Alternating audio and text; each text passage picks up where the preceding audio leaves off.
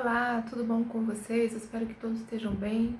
Hoje eu venho dar continuidade a esses vídeos sobre a minha tese de doutorado sobre as comunidades alternativas, cujo título é Arte de Si, uma análise das teses nas comunidades alternativas, e venho tratar do capítulo Ascese do Corpo.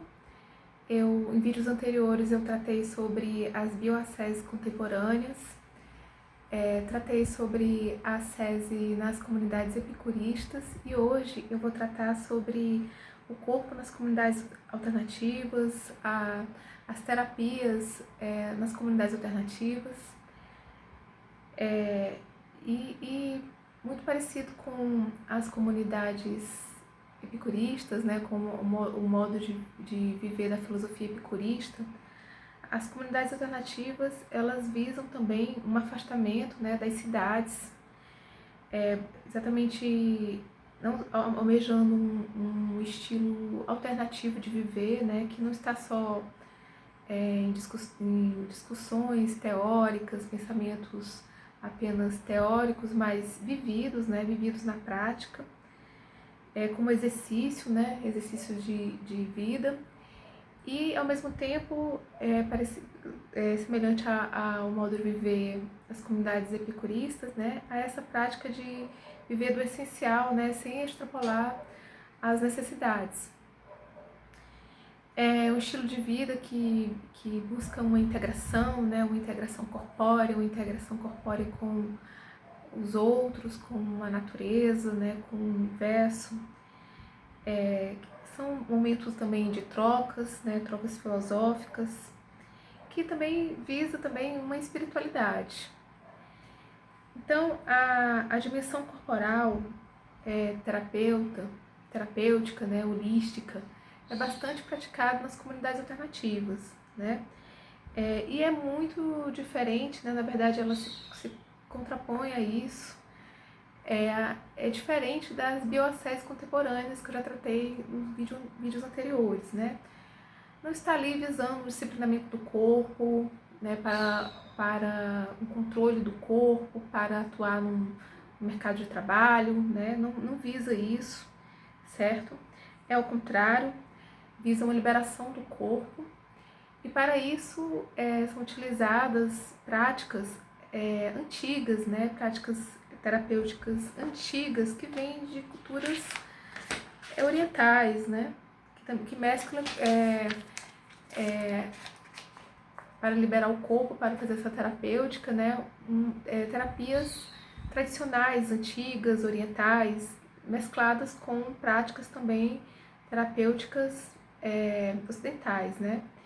Então, busca-se muito a prática da yoga, da meditação zen budista, da alimentação vegetariana vegana, né? Terapias como Tai Chi Chuan, terapias chinesas, japonesas, indianas, indígenas. Busca-se uma autorrealização, um autoconhecimento, promove uma liberação do corpo, procura uma liberação corpórea que vai exatamente liberar as emoções, né, liberar as repressões que as pessoas vivem nos seus cotidianos, né, onde elas são disciplinarizadas, vigiadas, né, para viver no mundo do trabalho, né, do trabalho capitalista, né. Então são práticas terapêuticas que visam essa liberação corpórea, né. E uma prática concreta de liberação do corpo está no momento em que no ENCA, né, no Encontro de Comunidades Alternativas, assim como nas comunidades alternativas também existe essa prática, que é tomar banho, as pessoas tomarem banho juntas e sem roupa, né?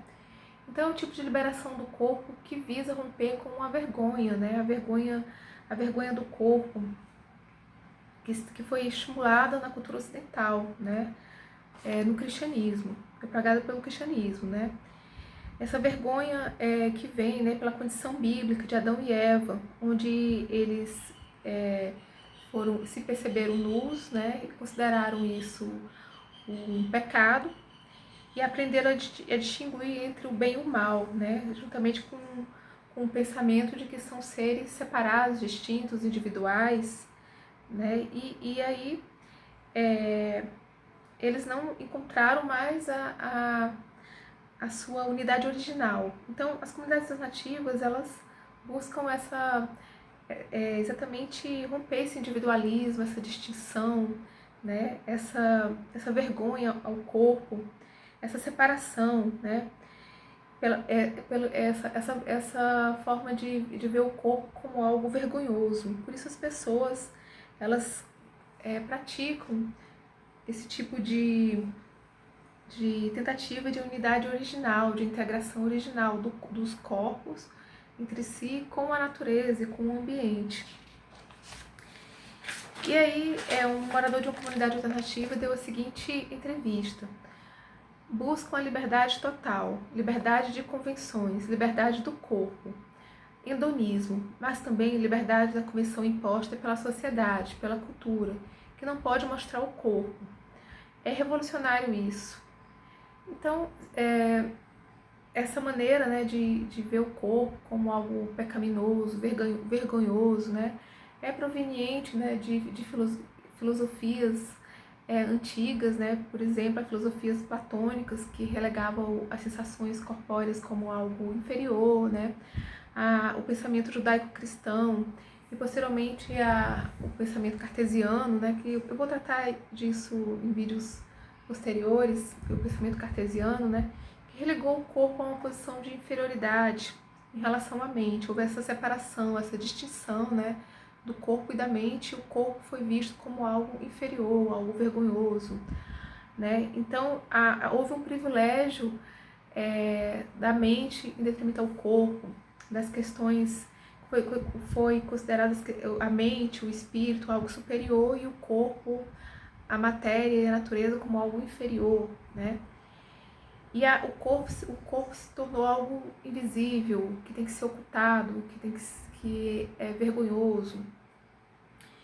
Assim os corpos, eles são, de certa forma, sofrem normalizações, controles, sofrem, digamos assim, até um certo sofrimento, né? O corpo é um corpo sofrido, né? E exatamente para romper com esse corpo sofrido, com esse corpo visto como inferior, esse corpo separado, né? Que as comunidades almejam um corpo livre, um corpo integrado, né? Então é uma forma revolucionária de pensar o corpo.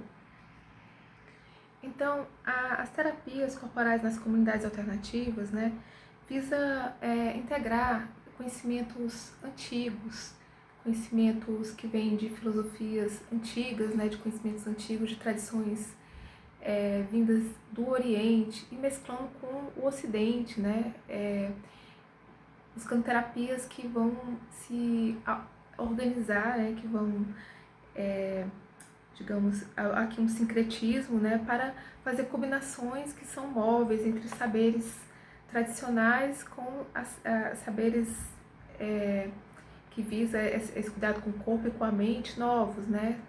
Há um sincretismo, há uma mescla, né? Muitas pessoas que trataram, né, sobre as terapias holísticas, elas muitas vezes foram pessoas que já trabalhavam, né, como terapeutas, né, eram médicos, psicólogos, educadores físicos. Então eles mesclaram o conhecimento de culturas antigas, né, com conhecimentos novos, né, das ciências. É uma forma de mesclar os conhecimentos, né. Então, as comunidades alternativas, elas também trazem essas tradições orientais, né, e fazem essas práticas nos encontros, nessas terapias, e visa integrar o corpo, a mente, a natureza, né, juntamente com o pensamento antigo e o pensamento científico atual, certo? E vai além disso, né? Busca também uma espécie de autonomia, né? Ou seja, o indivíduo aprende a cuidar de si, né? Aprende a cuidar do próprio corpo, aprende a se auto-regenerar, né? Aprende não delega mais o cuidado do seu corpo a especialistas, né? Mas busca curar através da integração da mente, corpo e espírito.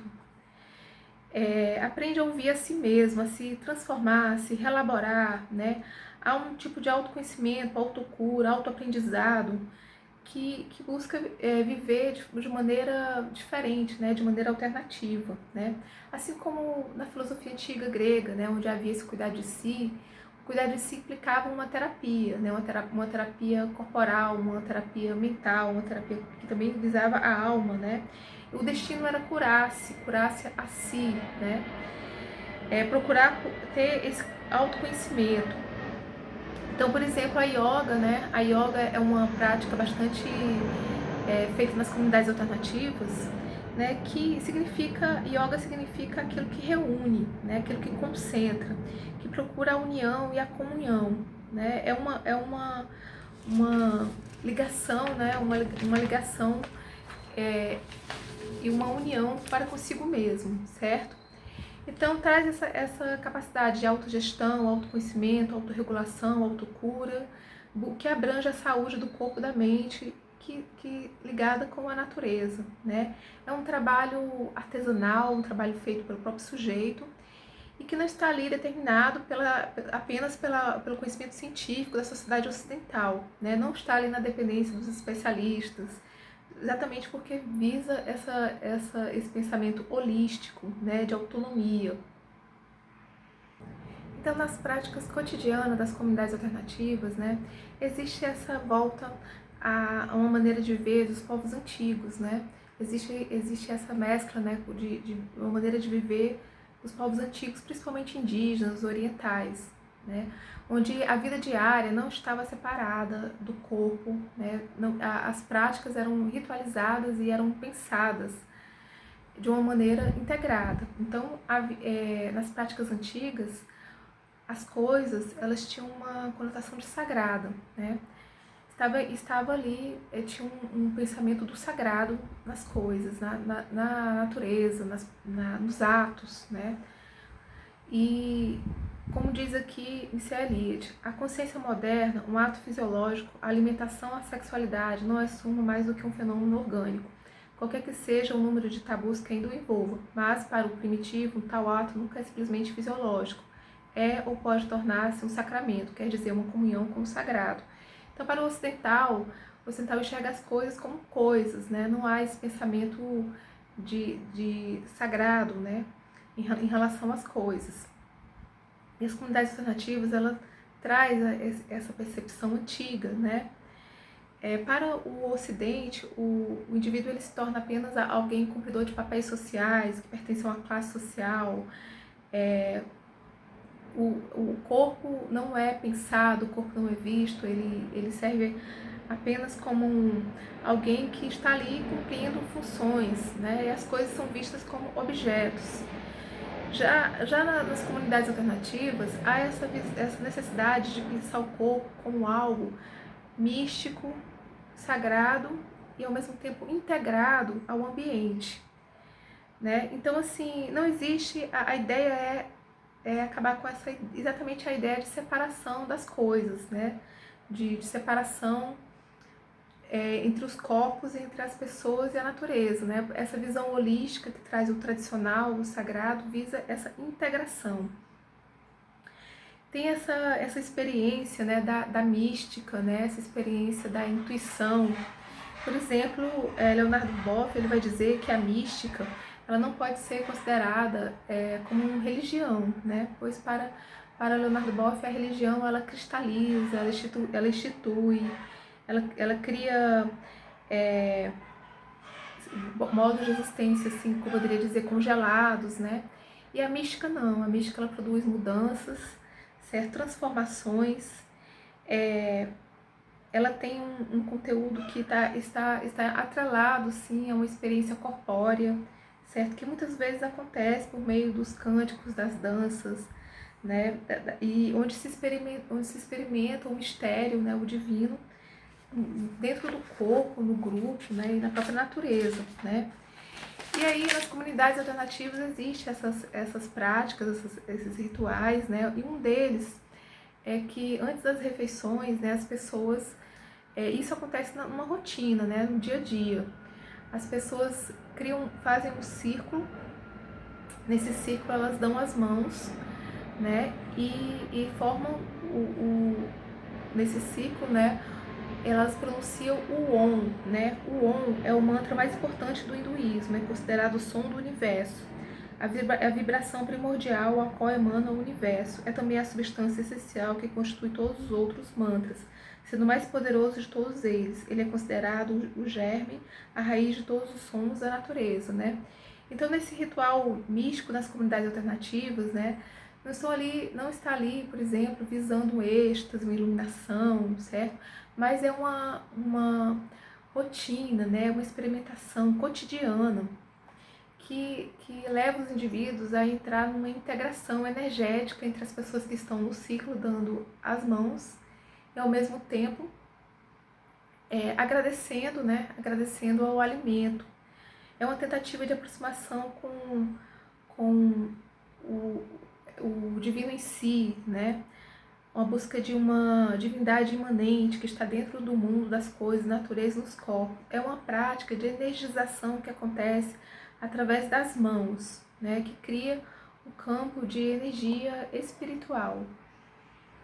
Segundo Leonardo Boff, né, a física quântica chegou ao conhecimento de que a matéria é energia, né?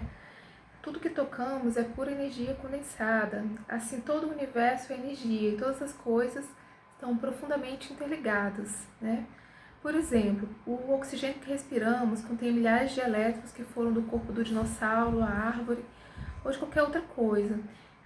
Sendo assim, a energia está interligada, né, com a matéria, onde tudo tudo está ligado, né? Não existe vida espiritual separada da matéria e do corpo. Então a matéria é o corpo, como energias que já foram conhecidas pelas tradições orientais. Para os orientais, quando eles pensavam o universo, eles não foram atrás da matéria, mas da energia, né? Então, por isso que para os hindus, os chakras são pontos vitais de energia que estão no nosso corpo. E quando eles são ativados, né, entramos em conexão com a divindade, com a unificação de tudo. E aí, né, por isso que nas práticas das comunidades alternativas existe essa busca de interligação que acontece através da energia, né, da ligação energética entre todas as pessoas, esse de dar a mão e emitir o Om, né, que é uma prática de passar energia. Segundo Spinoza, é totalmente impossível para os sujeitos não precisar de nada que seja exterior para conservar o seu ser. Isso significa dizer que para o filósofo que o isolamento só gera uma espécie de imperfeição no intelecto. Quando dois sujeitos se unem, eles compõem um sujeito 2 vezes mais potente do que cada um deles, considerados separadamente. Portanto, nada mais útil ao homem do que o próprio homem. Assim expressa Spinoza. Quero com isso dizer que os homens não podem aspirar a nada que seja mais vantajoso para conservar o seu ser do que estarem todos em concordância em tudo, de maneira que as mentes e os corpos de todos componham como uma só mente, um só corpo, e que todos em conjunto se esforcem quanto possam por conservar o seu ser e que busquem juntos o que é de utilidade comum para todos, né? Então são rituais que buscam essa união das energias, né?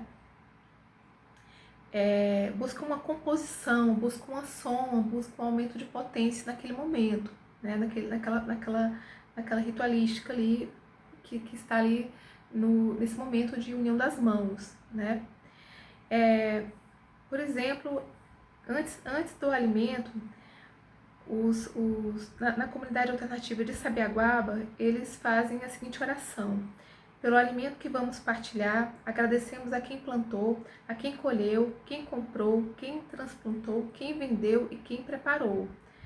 Assim como ao irmão fogo, ao irmão ar, à irmã água, ao pai sol e à mãe lua. Então, nas comunidades alternativas, vemos um estilo de vida mais cooperativo, que busca estar em contato de integração com a natureza, com o cosmos, né, dentro de um contexto expansivo de espiritualidade, né? Há uma conexão com o universo, uma busca de conexão com o universo, onde nada é excluído. pois todas as coisas, mente, corpo, pessoas, ambientes, estão interligados energeticamente. Então é uma busca de uma nova vida, né? Uma nova maneira de interconexão com as energias cósmicas, vitais ao planeta e vitais ao corpo. É uma filosofia de vida que traz um sentimento de pertença, de união ao entorno, né? Trazendo responsabilidades para consigo, para com os outros e para com o ambiente. Bom, gente, agora aqui eu finalizo esse vídeo, logo estarei com os próximos. Eu agradeço por quem assistiu, muito obrigada.